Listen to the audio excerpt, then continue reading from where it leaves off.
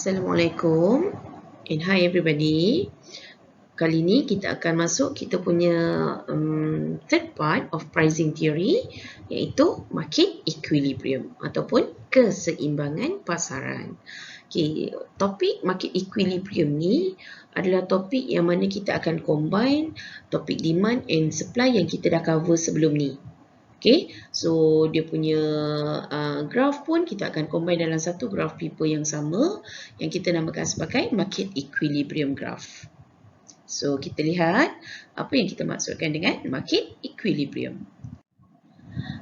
Market equilibrium ataupun keseimbangan pasaran ni, first kali yang kamu kena tahu adalah what is market. Okay, so market ataupun pasaran ni adalah a place whereby both buyers and sellers interact to determine the equilibrium price and quantity of goods and services exchange. Which is, market ni adalah satu tempat yang mana akan ada interaction. Okay, akan ada interactions, akan ada discussions, akan ada transactions between buyers and sellers. Okay, so buyers and sellers ni akan interact, okay, dalam satu kawasan, okay, dalam satu tempat, okay, yang mana dia akan melibatkan proses of exchangeable.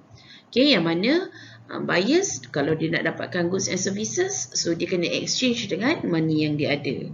Okay, sellers kalau dia nak jual barang yang dia ada, so kalau dia nak dapatkan money daripada buyers, so dia kena exchange. Okay, exchangeable system ini akan berlaku dalam pasaran tersebut. Okay, sementara market equilibrium pula adalah satu situation when quantity demanded and quantity supplied are equal. Maksudnya apa? Maksudnya, okay, banyak mana kuantiti yang diminta oleh buyer adalah sama banyak dengan berapa banyak kuantiti yang di-offer oleh seller pada harga yang dipersetujui itu.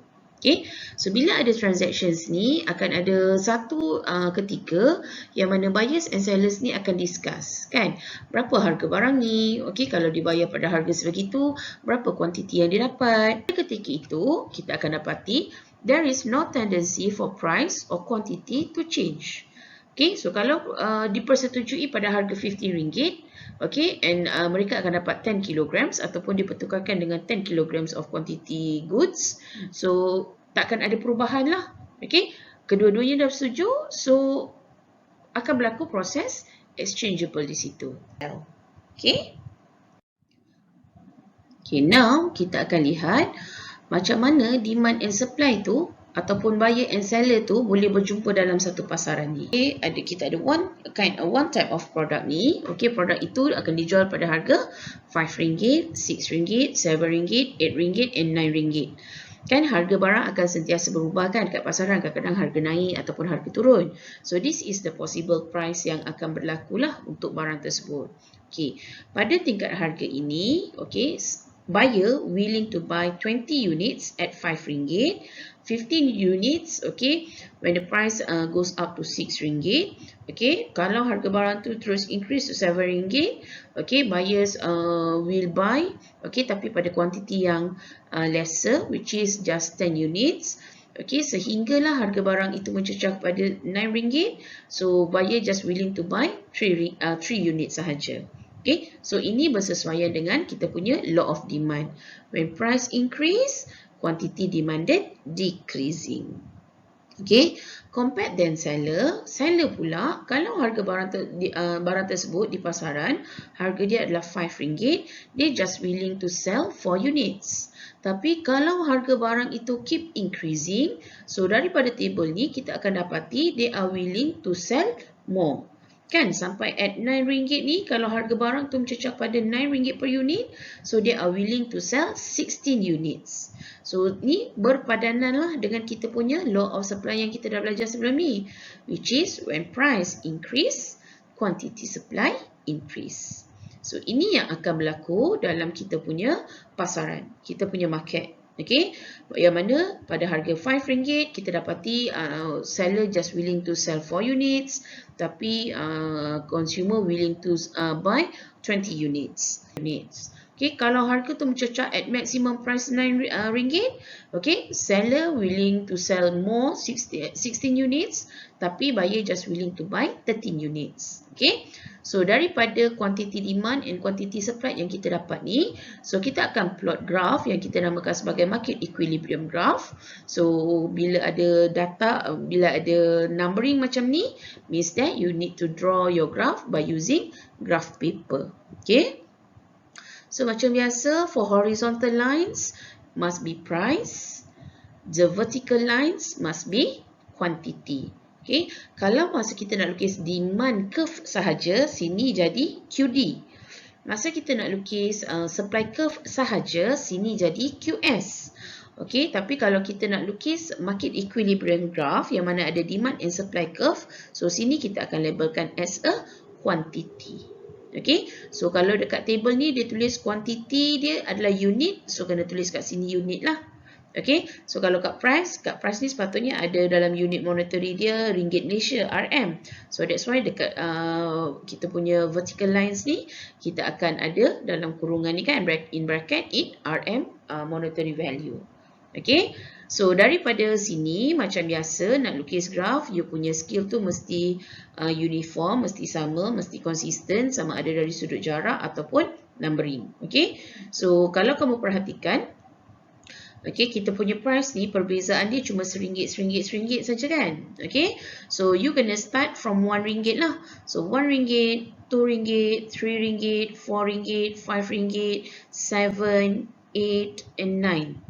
Okay, tak boleh kalau sini 0 terus 5, 6, 7, 8, 9. Tak boleh. Quantity tak ada masalah kot. Okay, sebab paling maksimum pun antara kedua-dua ni paling maksimum is 20, paling minimum is 4. So ikut you lah nak guna skala yang macam mana dekat quantity ni.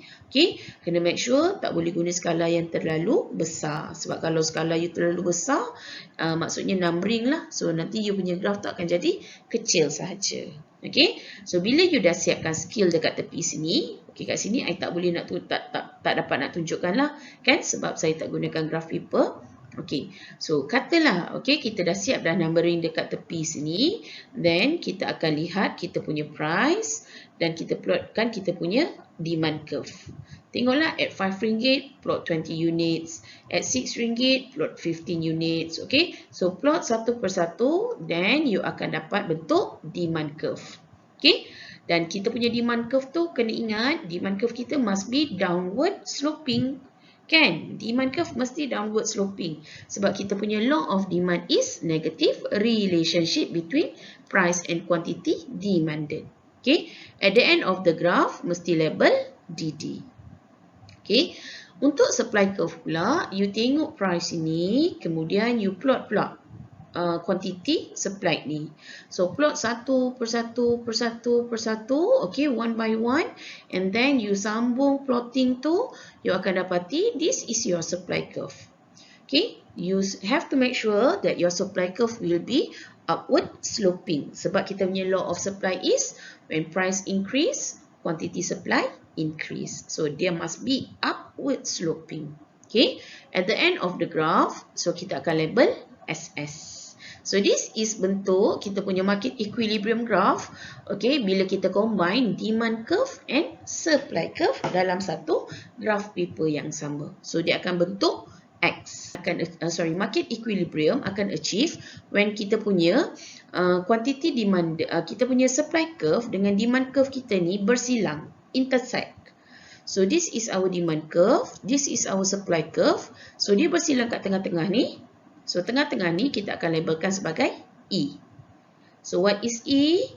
So E ni maksudnya equilibrium point. Okay, bila you nak lukis graph, you tak perlu tulislah equilibrium point ni. Okay, kat sini I just tuliskan pada you saja supaya you tahu apa yang kita maksudkan dengan E ni. Maksudnya equilibrium point ni adalah satu titik yang mana dia akan menunjukkan waktu bila barang tersebut akan sold out dekat pasaran.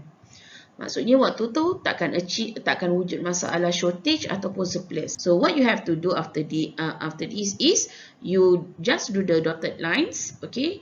Buat daripada equilibrium point ni hingga ke proxy price, okay?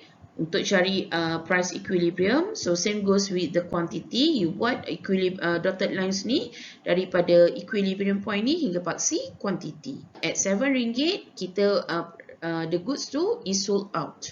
Okay, dan berapa quantity waktu tu? So quantity kita waktu tu is 10 units. Okay, so based on this graph, kita tahulah at RM7, so we achieve market equilibrium. Okay. Okay. Cara yang kedua untuk tentukan kita punya equilibrium adalah melalui graph. Okay. Kita dah katakan nak achieve equilibrium, quantity demanded must be equally same with quantity supply. So kita compare kita punya quantity demanded dengan quantity supply ni, kita tengok waktu bila quantity tu sama. Okay. At RM5 tak sama, RM6 tak sama, RM7, RM8 tak sama, at RM9 pun tak sama. So, dia sama waktu kuantiti kita 10 units ni. Maksudnya, this is our equilibrium quantity, 10 units. That's why kat sini dia sama dengan kat graph tadi tu. Write down that is our price equilibrium and quantity equilibrium. So, kita akan labelkan dia sebagai PE, iaitu equilibrium price, and QE as a equilibrium quantity. Okay, so price equilibrium RM7, quantity equilibrium 10 units. Okay, so dia akan sama dengan dekat kita punya graph ni lah.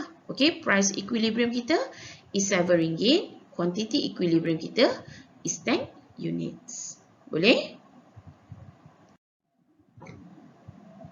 Ini pula adalah table yang menunjukkan situations dalam pasaran apabila barang itu di-offer pada harga 5, 6, 7, 8 and 9 ringgit.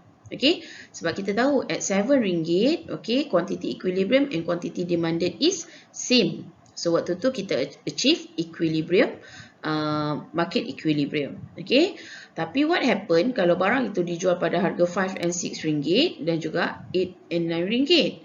Kan? Sebab kadang-kadang barang tu, bila kita nak beli barang, kadang-kadang harga dia lebih murah daripada harga biasa. Kadang-kadang harga tu lagi mahal daripada harga yang sepatutnya, harga biasa tu. So kita nak tengok apa yang akan berlaku jika satu-satu barang tu dijual below ataupun above than dia punya price equilibrium. Barang yang kita nak beli tu, okay, dijual lebih murah daripada RM7, which is di-offer pada harga RM5. So of course buyer akan berebut-rebut nak beli, betul tak? Kan macam kita lah, logiknya kita kalau ada buat sale, berebut nak beli kan, waktu tu lah kita akan beli pada kuantiti yang banyak. Sebagai contoh kat sini 20 units. Tapi seller dia just willing to sell 4 units je sebab harga barang tu murah. Kan dia tak boleh lah nak jual banyak, dia akan rugi. So bila at RM5 ni kita dapati kita punya quantity demanded ni is more than quantity supply. Okay, buyer ramai yang nak beli tapi barang kat pasaran tak cukup pun. Okay, that's why situation itu kita namakan sebagai shortage, kekurangan. So berapa banyak barang tu kurang, so kita akan carilah difference dia. So difference between 20 and 4 ni is 16. So kita kekurangan barangan sebanyak 16 units. Okay, so at RM6, so kita dapati ianya masih lagi below dan kita punya equilibrium price. So buyer willing to buy 15 units, okay, sebab masih lagi murah daripada kita punya normal price ni, okay. Tapi seller just willing to sell 7 units. Okay, dia increase, okay, tapi dia increase dalam kuantiti yang kecil, kan. So again, okay, oleh kerana harga dia lebih rendah daripada kita punya equilibrium price, kita akan dapati akan berlaku sekali lagi masalah shortage. Sebab kita punya quantity demanded is more than quantity supply. Kan ramai yang nak beli barang tersebut tapi tak cukup pun di pasaran. Okay, so akan wujudnya masalah shortage. So berapa banyak kita alami masalah kekurangan barang ini? Yes, 8 units. Kita cari difference between 15 and 7 units ni. Okay, so ini akan berlaku jika barang kita tu kita jual below dan kita punya equilibrium price. Okay, but what happen kalau produk itu dijual pada harga yang above ataupun lebih mahal daripada kita punya equilibrium price. Kalau harga biasa standard price is RM7, okay, kali ni dijual pada RM8 pula. Okay. So kita akan dapati buyer just willing to buy 7 units. Okay. Tapi waktu tu seller willing to sell more at 13 units. Kan sebab seller nak dapatkan lebih banyak profit. Okay. So walaupun seller willing to sell more, tapi demand daripada buyer tak banyak. So situasi ini akan menyebabkan lebihan dalam barangan. Kan ada 13 unit dekat pasaran, tapi yang nak beli tu 7 unit saja. So berlebih lah, betul tak? So berapa banyak dia berlebih? So dia akan mengalami masalah surplus by 6 units. Sebab dia punya quantity supply is more than quantity demanded. Logiknya macam tu lah kan. Kalau barang tu dijual lebih mahal daripada harga yang sepatutnya, memang tak berapa nak laku lah. Kalau RM8 ni pun barang tu tak laku sangat, apatah lagi kalau RM9, betul? Okay, kalau RM9, okay, quantity demanded by buyer just 3 units je. Okay, memanglah seller willing to sell more sebab nak dapatkan more profit. Tapi demand by consumer just 3 units saja. Okay, so again akan berlakulah longgokan barangan di pasaran. Dah berlebih pula. Okay, masalah surplus sekali lagi. Tapi kali ni dia akan berlebih sebanyak 13 units. Okay, sebab dia nak beli tu cuma 3 unit sahaja. Okay, so daripada table ni kita dapati, okay, kita punya price equilibrium at RM7. So quantity equilibrium kita 10 units. Maksudnya this is just nice situation, betul? Harga RM7, okay, seller willing to sell 10, buyers willing to buy 10. So sold out, settle. Itu yang kita namakan sebagai equilibrium. Tapi kalau barang tersebut dijual below dan equilibrium price, akan wujud masalah shortage. Okay, sama juga. Kalau barang tersebut dijual above dan kita punya equilibrium price, akan wujud pula masalah surplus. So dalam pasaran kita, tak semestinya barang tersebut sold out. Okay, ada ketikanya dia berlebih-lebih, kadang-kadang tak cukup pun dekat pasaran. Boleh? Kalau kita nak gambarkan dia dalam bentuk graf, okay, kita punya market outcome tu, graf dia bentuk macam ni lah. Okay, so equilibrium will be at the intersections of demand and supply curve. Okay, so this is our equilibrium point. Okay, kalau barang tersebut dijual above dan kita punya equilibrium point, so akan berlaku wujud masalah surplus. Okay, dan kalau barang itu dijual below dan equilibrium price, okay, dia akan berlaku masalah shortage. Okay, so macam mana nak tentukan shortage ataupun surplus ni? So kita akan compare kita punya quantity demanded dan juga kita punya quantity supply. Okay, so waktu bila kalau quantity demanded more than quantity supply, so situation tu kita namakan sebagai shortage. Okay, kalau quantity supply tu more than quantity demanded, so situation tu kita namakan sebagai surplus. Okay, kalau quantity demanded equal to quantity supply, that is a equilibrium situations. Okay, so this is our market outcome. Okay, next kita nak lihat, okay, apakah yang akan berlaku pada kita punya price equilibrium dan quantity equilibrium kita tu jika berlaku perubahan dalam demand and supply. Kan kita dah tengok kan ada 7 factors that influence demand and ada 6 factors that influence supply. So kalau berlakulah perubahan faktor itu dalam kita punya economics, of course dia akan menyebabkan pergerakan dalam kita punya supply curve. Kan? So bila ada supply curve ataupun demand curve yang baru, so dia akan beri kesan kepada kita punya market equilibrium price dan juga quantity. So kita akan lihat dalam 4 situations nanti. First, kita akan lihat when our demand change. Okay, so demand change ni sama ada demand increase ataupun demand decrease. Okay, tapi supply waktu tu kita assume ianya unchanged. Okay, ataupun situation yang seterusnya kita akan lihat, okay, apa yang akan berlaku jika berlakunya perubahan dalam supply. Okay, so changes in supply ni it can be when supply increase ataupun when supply decrease. Okay, dengan andaian waktu itu our demand pula will remain unchanged. Okay. Kita lihat situations yang pertama is when our demand increase. Okay. Demand increase disebabkan oleh faktor apa? Kita ada 7 faktor kan. price of related goods, kita ada consumers income, kita ada consumers taste, fashions and preferences, kita ada number of buyers, kita ada advertisement, kita ada festive seasons and climate, dan kita ada expectation about future price. Okay, tapi apa yang berlaku pada price of related goods ni? Apa yang berlaku pada consumers income ni? Apa yang berlaku pada advertisement tu yang menyebabkan demand to increase? So kita kena mention dia secara specifically lah. Okay. Okay, so this is a few factors lah yang menyebabkan kita punya demand increase. Okay, antaranya disebabkan oleh when our price of complementary good decrease, when price of substitute good increase, when our consumers income increase, when there is many buyers, when the product is in trend, when buyers expect price in the future will be increased, jika produk itu diadvertise dengan cara yang atraktif, ataupun produk itu digunakan during our festive season.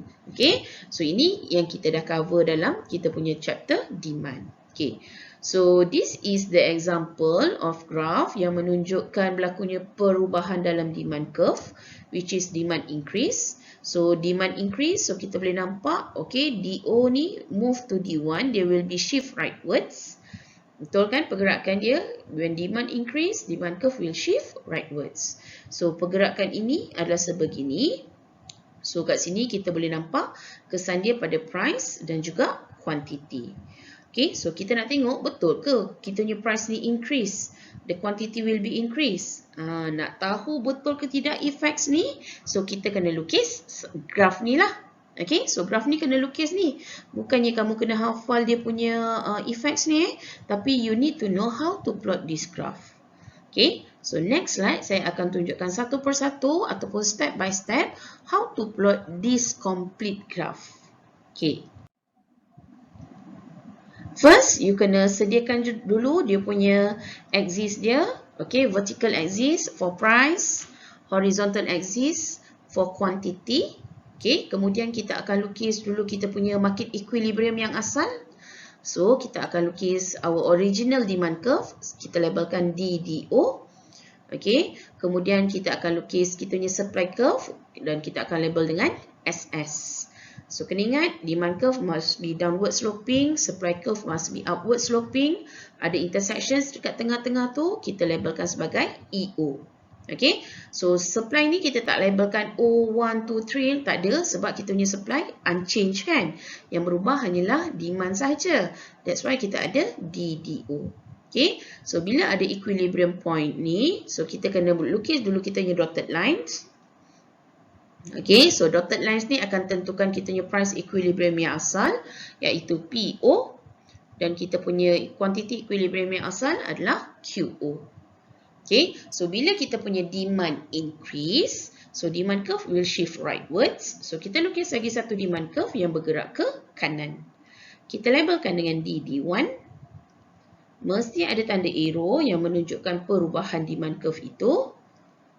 Okay. Daripada demand curve yang baru ni, kita akan dapati ada lagi satu new intersection kat sini. Maksudnya akan ada new equilibrium point. So, kita akan labelkan dengan E1. So, oleh kerana ada E1, so kita akan ada new dotted lines untuk price dan new dotted lines untuk quantity. Okay, so kita dapati kita punya new price is P1. Kita punya new quantity is Q1. So, what happen to our market? Bila kita punya demand ni increase, kita akan dapati our price increase, quantity pun akan increase. So, apa saja barang dekat pasaran, kalau barang tersebut is on demand, okay? Tapi supply is remain constant. Okay, kesannya harga barang tersebut akan naik. Negara kita dilanda wabak ataupun virus coronavirus tu, so kesannya semua orang akan berebut nak dapatkan hand sanitizer dengan disposable mask tu. Okay, tapi oleh kerana masa tu supply untuk hand sanitizer dengan disposable mask tu tak berubah pun, okay, tapi demand daripada consumer saja yang meningkat, so dia menyebabkan tekanan harga ke atas disposable mask dan juga hand sanitizer tu. Tu yang dulu asalnya harga dia 80 sen tiba-tiba naik RM2. Kan kalau beli satu box tu, kalau dulu harga satu box tu berapa? RM45. Okey, tiba-tiba sekarang jadi RM75. Sebab apa? Sebab supply waktu tu is very limited, and even satu dunia pun memang tak cukup kan. Kita hadapi masalah kekurangan hand sanitizer tu disebabkan oleh peningkatan dalam demand yang berlaku secara tiba-tiba. Okay, so itu yang berlaku dalam pasaran kita bila berlakunya increasing in demand. Okay, dia akan beri tekanan kepada harga, which is our price will be increased and the quantity also will be increased. Okay, so this is the first situation. The second situation is, okay, kita nak tengok pula what happen if the demand decrease. Okay, but again the supply will held constant. Okay, so ini bentuk graf kita. Tapi kita nak kena tahu dululah kenapa kita punya demand ni decrease. Dia akan jadi sebaliknya daripada yang tadi tu. Okay, so this is a few factors yang menyebabkan our demand decrease. So antaranya adalah disebabkan oleh our price of complementary goods increase, our price of substitute good decrease, our consumers income decrease, there are less buyer in the markets, the product is out of trend, the buyers expect price in the future will be decreased. Okay, when there are board advertisement for the product and when the product is off season. Okay, so kalau salah satu di antara faktor ini berubah, so dia akan menyebabkan kita punya demand decrease. Dan bila demand decrease, our demand curve will shift leftwards ataupun will shift downwards. So apa kesannya pada price and quantity? Our price will be decreased and quantity also will be decreased. Okay, so macam mana nak lukis this one complete graph? Okay, saya akan tunjukkan sekali lagi. First, kita akan perlu sediakan, okay, the price axis and the quantity axis. Okay, mesti label Kemudian kita akan lukiskan kita punya download demand curve yang asal DDO. Okay, dan dalam equilibrium mesti ada supply curve, kita labelkan dengan SS. Okay, wujud intersections di sini, kita labelkan EO. Kita lukis dotted lines pada price dan dotted lines pada quantity. Kat situ kita dapati our original price is PO and our original quantity is QO. So this is our original graph lah. Okay, sewaktu tiada berlaku apa-apa perubahan, so harga barang di pasaran is PO and kita punya quantity equilibrium is QO. Okay, tapi bila ada di antara faktor itu berubah yang menyebabkan kita punya demand decrease, so menyebabkan demand curve kita will shift leftwards. So this is our leftward demand curve. Kita labelkan dengan DD1. So pergerakan ataupun shifting itu kita perlu tunjukkan dengan tanda arrow ni. Okay, so bila ada demand curve yang baru, kita dapati ada new intersections di sini. So kita perlu labelkan E1, new dotted lines for price and new dotted line for quantity. Here will be our new price and here will be our new quantity, P1 and Q1. Okay, so what happened to our price and quantity ni bila our demand decrease? So kita dapati our price decrease, quantity pun decrease. Okay, so apa saja produk yang kalau tak on demand lagi, kesannya harga barang tersebut akan jatuh, akan mengalami kejatuhan dan kuantiti dia juga akan semakin berkurangan di pasaran. Okay, kalau macam hari tu, okay, bila dah berlaku lambakan disposable mask dengan hand sanitizer tu, Okay, dan bila kita dapati kita punya wabak coronavirus ini dapat dibendung, okay, sedikit demi sedikit, okay, oleh kita punya pihak frontliner kita. So kita punya keinginan untuk beli disposable mask and hand sanitizer tu kita dah rasa dah kurang berkepentingan berbanding mula-mula dulu kan. So itu menyebabkan decreasing in demand for disposable mask tersebut. Okay, so that's why kita dapati harga disposable mask pada hari ini dia adalah lebih murah berbanding waktu mula-mula dulu, dan kuantiti dia juga kita dapati, okay, kuantiti equilibrium dia juga kita dapati semakin berkurangan. Okay. The third situations yang kita nak lihat kali ni pula apabila supply pula berubah. Okay, so kita nak lihat apa yang berlaku when our supply increase, but kali ni kita lihat our demand is held constant. Okay, so this is the graph. So saya akan tunjukkan sekali lagi nanti macam mana nak lukis graph ni. Okay, so first, what is the factors that influence yang menyebabkan kita punya supply ni increase? Kan supply kita ada 6 factors, kan, price of related goods, okay, level of technology, cost of production, number of sellers, kemudian apa lagi, government policies, kan, itu antara a few factors lah influence supply. Okay, tapi apa yang specifically-nya yang menyebabkan supply to increase? Okay, so first kali bila kita dapati when price of complementary good increase. Kan contoh tadi kan macam when toothbrush increase, price of toothbrush increase menyebabkan quantity supply of toothbrush pun akan increase. Oleh kerana producer terpaksa produce lebih banyak toothbrush, so pada masa yang sama producer juga akan produce lebih banyak toothpaste. So that's why, okay, kita katakan supply will be increased when price of complementary good increase. Okay, so faktor yang kedua ia mungkin disebabkan oleh price of substitute good yang decreasing.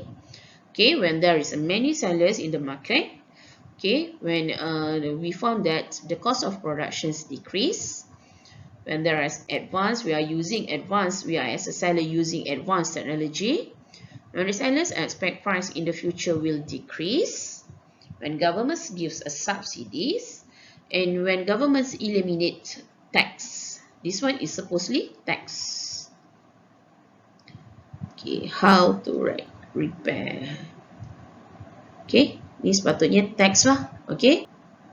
Okay, so this is the graph yang menunjukkan our supply increase. So oleh kerana kita kata demand tu constant, tengok demand curve kita ni satu line sahaja. Okay, dan oleh kerana berlaku perubahan dalam supply, that's why kita ada SO and S1. Okay, so ada perubahan dalam supply curve. So, efeknya betul ke price decrease and quantity increase? So, ini adalah conclusions yang kita boleh dapat daripada graf ni. So, daripada graf ni kita nampaklah PO decrease to P1. So, betul. QO increase to Q1. So, betul lah. Okay. Tapi, macam mana pula nak lukis kalau supply ni increase? First, you need to draw the price as is and the quantity as is. So, ingat, you kena well label the as is. Okay, kita akan lukis dulu kita punya market equilibrium yang asal. So, mesti ada demand curve that downward sloping, label with DD. Okay, kemudian upward sloping supply curve, we label as SS, O. And then akan ada intersections, okay, in the graph, which is we label as EO. Okay, dotted lines for price and dotted lines for quantity, label as PO and QO. Okay, so when our price increase, so our price will shift rightwards. So kita akan lukis supply curve yang baru, which is here is rightward ataupun downwards. We label as DD1. So kita akan letakkan dia punya arrow dekat sini. Okay, pergerakan di sini. Dan dengan daripada kita punya new supply curve with the original demand curve, so kita dapati kita ada new equilibrium point. We label as a P1. Plot the new dotted lines at price as is and the quantity as is. So here will be our new and quantity equilibrium, which is we label as a P1 and Q1. Okay, so what happened to our price? So our price decrease and the quantity increase. Okay, ni sebenarnya kita boleh nampak bila berlaku musim buah-buahan. Bila musim buah-buahan, sebagai contoh musim buah durian. Kalau masa bukan musim durian, okay, durian tu kadang-kadang ada harga yang mencecah RM20 sekilogram, kan, RM30 per kilogram, okay. Tapi bila tiba musim durian, so akan berlaku longgokan buah-buahan di pasaran, kan, akan berlambatlah buah durian kat pasar, dekat pasaran durian ni, okay. Kalau kita jalan tu, kalau dulu susah sangat nak cari buah durian ni, tapi bila musim durian, setiap 2 km tu ada, ataupun setiap 1 km 500 meter tu ada je orang yang jual durian, kan. So what happen masa tu, okay, bila berlaku longgokan durian yang terlalu banyak di pasaran, kita akan dapati harga buah durian akan jatuh. Masa tu adalah yang jual RM5 per kilogram, RM10 per kilogram. Okay, kalau dekat certain area tu, kalau macam contoh ada certain part dekat Johor, ada certain part dekat Perak tu, yang I tahu dekat Taiping ke mana tak, kadang-kadang dia sampai jual satu bakul besar tu RM10 saja. Itu yang berlaku bila bila dalam situasi musim buah durian, kan. So kita boleh dapat harga buah durian pada kuantiti yang pada harga yang murah. Tapi dengan andaian kat sini, our demand will be remain constant, tidak berubah. So this is what will happen in our market when our supply increase. Okay. And the last changes in our demand, in our market equilibrium ni adalah apabila kita nak tengok jika berlakunya decreasing in supply. Okay, with the demand is held constant. Okay, so this is our graph. Okay, so kenapa kita punya supply curve ni boleh decrease? It can be because of our price of complementary good decrease, price of substitute good increase. There are less seller in the market. Okay, when cost of productions increase, there are outdated technology. Okay, when the seller expect price in the future will increase, when government eliminates subsidy, and when governments impose apa? Tax. Macam mana saya boleh silap ni? Okay, so saya betulkan ni Okay, when government impose tax. Okay. So, bila government impose tax, so menyebabkan seller terpaksa menanggung kos yang lebih banyak, okay, yang lebih tinggi, menyebabkan dia terpaksa kurangkan dia punya supply, okay, supply of production. Okay, so bila supply kita decrease, kita tahu our supply curve will shift upwards ataupun will shift leftwards. So, this is the graph. So, daripada graph ni, kita boleh dapati that our price will increase from PO to P1. And our quantity will decrease from QO to Q1. Okay, so kita nak belajar ni macam mana nak plot graph ni. So macam biasa, first kali kena lukis apa? Yes, lukis price equilibrium, lukis price axis dan kemudian lukis quantity axis. Lepas tu nak lukis apa? Yes, kamu kena lukis the original market equilibrium. So, lukis demand curve yang downward sloping. Label apa? DD. Okay, dan nama pun market equilibrium, ada demand mesti ada supply. Supply curve tu mesti upward sloping. Okay, so kita labelkan dengan SSO. Okay, ada equilibrium point tak? Nak label apa? Yes, kita labelkan EO, dotted lines for price and dotted line for quantity. Okay, so oleh kerana dia adalah price and quantity equilibrium yang asal, kita label PO and QO. Okay, when supply decrease, supply curve will shift upwards ataupun leftward. Supply curve yang baru kita labelkan dengan SS1. Okay, dan oleh kerana ada perubahan itu, kita mesti letak arrow, lukis arrow kat situ. Okay, bila ada supply curve yang baru, akan ada new equilibrium point. So, kita label as a E1. Dotted lines yang baru untuk price and quantity. So new price kita label as P1 and new quantity kita label as Q1. So what happened to our price? Our price increase and the quantity decrease. Kan? Habis je musim buah durian, kamu tengok. Nak dapatkan durian kat pasaran punyalah susah, kan? Dan kalau ada pun mahalnya ya Rabbi, kan? Dia sampai RM30 sekilogram, RM40 per kilogram. Sebab apa? Sebab supply dah tak banyak di pasaran. Okay, so this is apa yang akan berlaku dalam pasaran kita bila berlakunya perubahan dalam demand and supply. So dalam market equilibrium ni kita nak tengok sebenarnya kalau berlaku perubahan dalam demand and supply, apa kesannya pada kita punya price and quantity equilibrium. Therefore, kalau kamu baca berita, okay, ada beberapa berita yang menyatakan perubahan dalam situasi economics. So sebenarnya kalau you ada knowledge of economics ni, you dapati terdapat beberapa perubahan dalam kita punya economic environment ni, you dah boleh agak dah apa yang akan berlaku pada price and quantity untuk barang tersebut di pasaran. Okay, so that's why you kena tahu the knowledge of economics ni. Apa faktor yang influence demand, apa faktor yang influence supply. Kalau demand and supply tu berubah, apa kesannya pada kita punya graph. Kan, kenapa boleh berlaku perubahan graph tersebut. Kan, daripada graph tersebut, apa gunanya graph tu. So, daripada graph tu lah kita boleh tahu kesannya pada price dan juga quantity equilibrium. That's why kadang-kadang harga barang dekat pasaran kadang-kadang naik, kadang-kadang turun, kan? Kadang-kadang tak berubah. Disebabkan oleh inilah. Okay? Cumanya secara realitinya dalam economics kita ni tak akan demand sahaja yang akan berlaku, akan ada macam mana? Tak akan ada single action sahaja daripada demand ataupun supply. Biasanya demand and supply tu akan interact secara serentak, simultaneously. Okay, cuma untuk kita punya foundations level ni, you cuma cover yang single action ni sajalah. Masa degree level tu nanti baru you akan lihat apabila demand and supply tu shifting ataupun change simultaneously. Bila dia berubah secara serentak.